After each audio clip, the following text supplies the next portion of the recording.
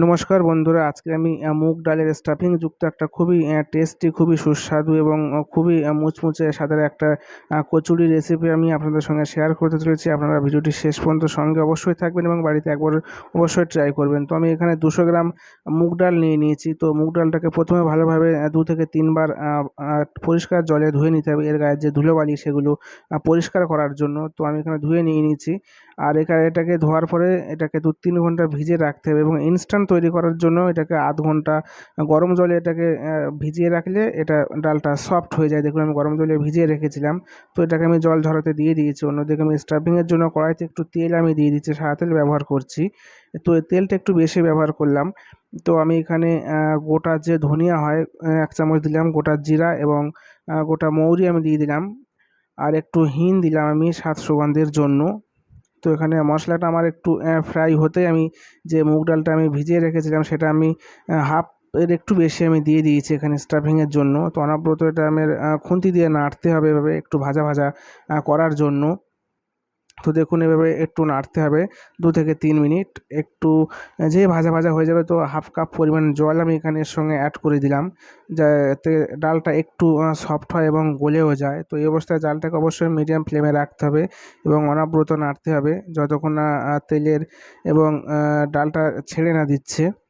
তো দেখুন ডালটা একটু আমার সিদ্ধ সিদ্ধ হয়ে এসেছে। তো আমি পরিমাণ মতো নুন, হলুদ এবং একটু লাল লঙ্কার গুঁড়ো আর এবং কাশ্মীরি লঙ্কার গুঁড়ো, একটু কসৌরি মেথি আর একটু আমচুর পাউডার আমি এর সঙ্গে অ্যাড করে দিলাম, যাতে আমচুর পাউডারটা দিলে একটু খেতে খুব টক টক হয়, স্টাফিংটা আরও খেতে সুন্দর হবে। তো দেখুন আমার এখানে তেল প্রায় ছেড়েই দিয়েছে মুগ ডালের গা থেকে। তো এই 2 চামচ বড় চামচের আমি বেসনের সঙ্গে অ্যাড করলাম স্টাফিংটা, যাতে মানে বাইন্ডিংয়ের সুবিধা হয় সেজন্যই।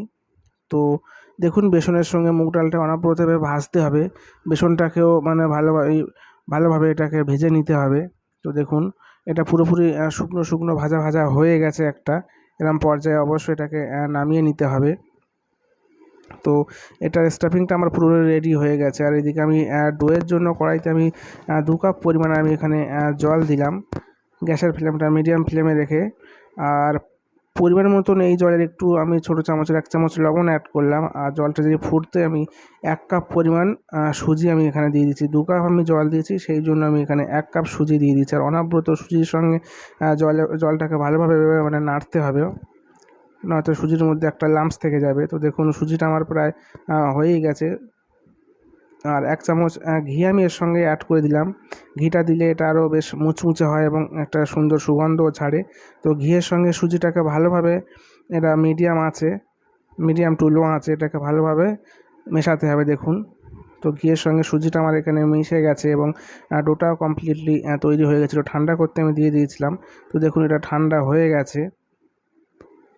তো একটু হাত দিয়ে এটাকে ভালোভাবে ম্যাশ করে নিতে হবে, চটকে নিতে হবে, যাতে ঘিটা এবং সুজিটা ভালোভাবে এবং মিশে যায় এবং যে সুজির যে লাম্পসগুলো থাকে সেটা পুরোপুরি মিশে যায়। আর একটু আটা বা বেসন আপনারা এর সঙ্গে আরও ব্যবহার করতে পারেন যদি এটা আপনার বেশি মানে ভিজে ভিজে মানে নরম হয়ে যায়।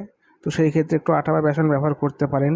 আর এইদিকে আমার যে ডোটা সেটা একটু শুকনো শুকনো হয়ে গেছিলো, আমি একটু জল ছড়িয়ে উপর থেকে আমি দিয়ে দিয়েছিলাম। তো এগুলো একটু বাইন্ডিংয়ের জন্য জলটা দিলে মানে এভাবে যে আমি বলগুলো তৈরি করছি স্টাফিংটা, তো সেটা হয়ে যাচ্ছে। কারণ একটু শুকিয়ে গেলে এটা বাইন্ডিংটা হতে চায় না। তো আমার এখানে 10 থেকে 12টা বল আমার তৈরি হয়ে গেছে, স্টাফিংয়ের বল। আর একটুখানি সুজির যে ডোটা আমার তৈরি হয়েছে সেটা আমি হাতে ভাবে এভাবে নিয়ে নিচ্ছি।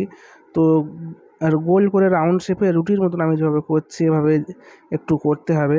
মানে টেবিলের উপরে একটু তেল দিয়ে হাত দিয়ে চাপটে চাপটে এটাকে একটু মানে লুচির মতন আকারে করতে হবে। বেলুন দিয়ে করলে সেটা হয়তো গায়ে জড়িয়ে যাবে, অসুবিধা হবে। তো হাত দিয়ে চেপে চেপে একটু লুচির শেপে রাউন্ড শেপ করে নিতে হবে।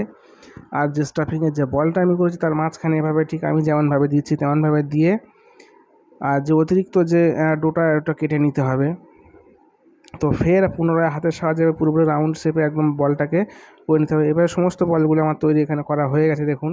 তো এবারে ভাজতে হবে। তো এখানে মিডিয়াম আছে তেলটাকে আমার গরম করা ছিল। তো সমস্ত মানে এই যে কচুরির বলগুলো এটাকে ভালোভাবে আস্তে আস্তে ভাজতে হবে, একটু উল্টে পাল্টে ভাজতে হবে। খুব তাড়াহুড়ো করলে হবে না, ফেটে যাওয়ার সম্ভাবনা থাকে, এবং আঁচটাকে খুব হাইতে দিলেও হবে না। তো দেখুন এগুলো ভাজা ভাজা আমার হয়েই গেছে, প্রায় একটা কালার চলে এসছে লাল লাল। তো এগুলো একদম পুরো দেখতে খুবই সুন্দর হয়েছে। তো আমার এগুলো ভাজা কমপ্লিট হয়ে গেছে। তো এবারে দেখুন যে কোনো চাটনির সঙ্গে এটা আপনারা সার্ভ অবশ্যই করতে পারেন। ভিডিও ভালো লাগলে অবশ্যই লাইক করবেন, শেয়ার করবেন, কমেন্ট করবেন। আবার দেখা হবে পরের ভিডিও।